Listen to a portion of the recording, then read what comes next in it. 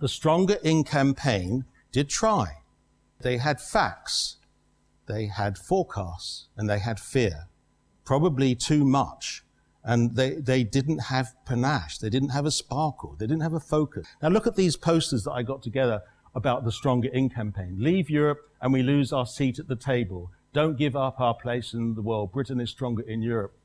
I don't remember this poster during the EU campaign, and I think it washes over people's head. It's not strong enough. And then there was this other one. Leaving Europe will be a leap in the dark, don't risk it.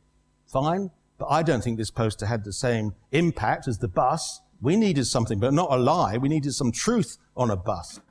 And who can remember this one with Nigel Farage cutting a branch and they're going to fall off? Well, it could be a bit amusing, but I don't even know what it means. I don't even remember it, and I don't think it's very effective.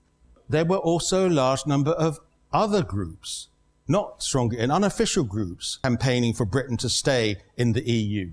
Great work, but why didn't we come together? And why didn't Stronger In get us to work together? We were all fragmented. It was a tragedy. We should have worked more together.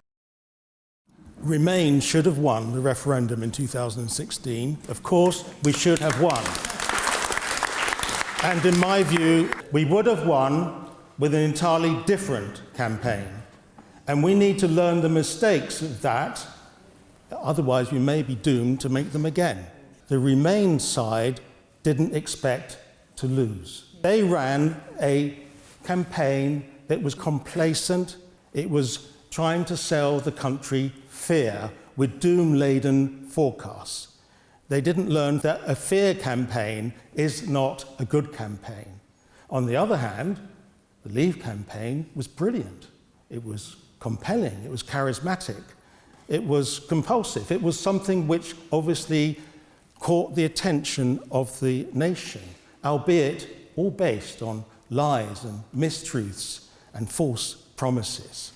What should the Remain campaign have done? Well, we should have realised that there are underlying problems in Great Britain where we have pockets of poverty, people using food banks, and people who are underemployed, areas of Britain that feel forgotten, but none of those problems are the fault of the EU. Now, for 40 years, we've had some despicable stories in some of our papers, a daily deluge of hate against the EU and migrants. This disgusting idea that the EU and migrants are the cause of our problems. But actually, some people, some sections of society, it actually rang true for them. It felt right. Their lives, maybe it's because of the EU, maybe they're not doing so well because of migrants. The problem with the Remain campaign is that they didn't address those issues. They didn't look at the causes of why people might be supporting Brexit, and they didn't spend any real time or resources actually putting across the positive benefits of the EU, and they certainly didn't have anything in their armoury to tackle the lies of Leave, the lies that in the end did win. The Leave campaign is still telling these lies. Across the country, there are many people who still consider that the EU is run by faceless bureaucrats, that actually Brussels barks orders to us and we have to obey without any say. All that and more is untrue. But where's the campaign to actually tackle that? It's all very well to campaign for a people's vote, but I see little point in doing that if you don't at the same time campaign to win that vote.